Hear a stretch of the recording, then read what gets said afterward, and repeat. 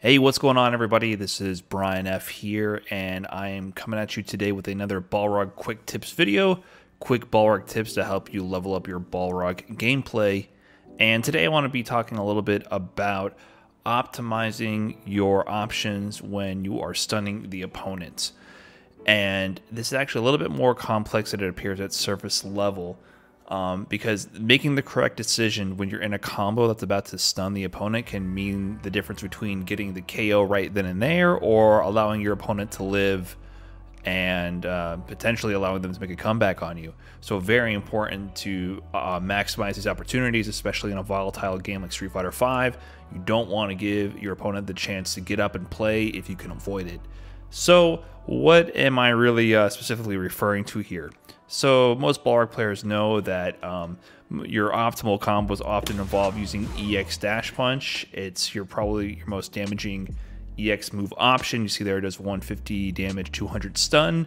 And that's, pretty much what you go for. So you might be thinking, oh, if I'm about to stun the opponent, just do my max damage combo. Just do EX Dash straight.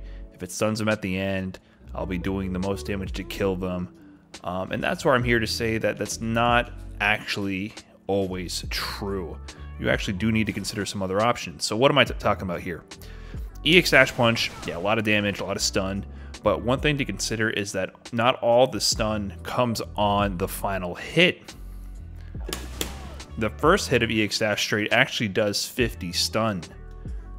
Meaning you can actually end up in a situation where you end up stunning the opponent on the first hit of EX Dash straight. I mean, if you just set stun to stun on next attack, you can see here, this move didn't do 150 damage, 200 stun.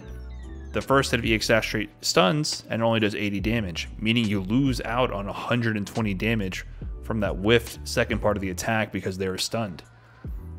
And you might be saying, okay, that's not that big a deal. I'll get to jump in, also do a lot of damage, but it actually can very much end up putting you in a scenario where you can't kill the opponent. So here I have this situation set up here to demonstrate that. I'm going to have the dummy on normal stun, and I have health bar set to normal so they don't regenerate. And here's a situation to perfectly stack up the stun to demonstrate this. So I'm just going to do a bunch of throws and attacks here. Okay. I set up the situation, and you can see there, I got the stun with EX Dash straight, and I spent all my bar, and I couldn't kill.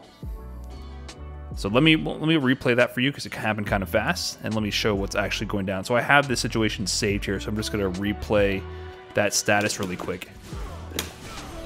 Boom. First hit of EX Dash straight actually is the hit that stuns him. So I'm missing out on that beefy 120 ender, and now I'm dumping all my bar into the combo. Oops, dropped it there. But I dump all my bar into the combo, and it doesn't matter.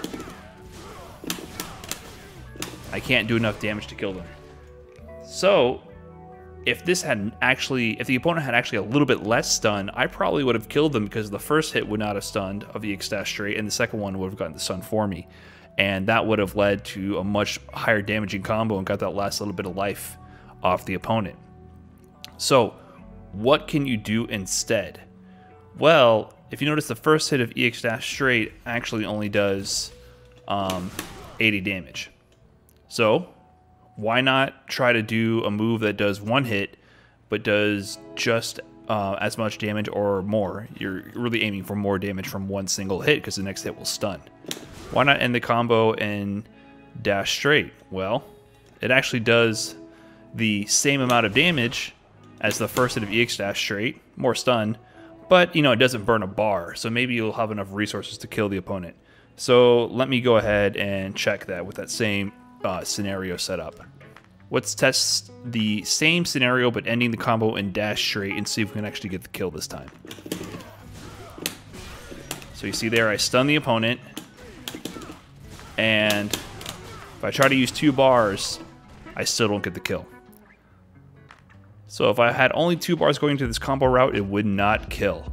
Obviously, if I wanted to dump all my meter, which I would advise in this situation normally, you would definitely get the KO here.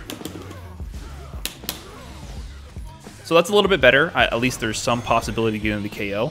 If you did that combo in that situation with EX dash straight, there was literally no way you could kill the opponent no matter how much meter you dumped into it. But using a less damaging option, not spending the bar, actually gave you a more optimal outcome. But can we take this a step further? Maybe there's another way to end that combo with a move that does more damage on one hit, because the next hit will stun. And I'm telling you, there definitely is a move, and that is EX dash low. So this move does 140 damage, 200 stun. And, you know, that's why normally you don't end your combos with EX dash low. You end them with dash straight, because same stun, but EX dash straight does more damage. But in this case, it does more damage on the first hit. There's only one hit. All the damage is in that singular hit. So it actually does a lot more damage than EX dash straight would do in that scenario. So let's go ahead and replay that same situation and see what happens if I use EX dash low to end the combo.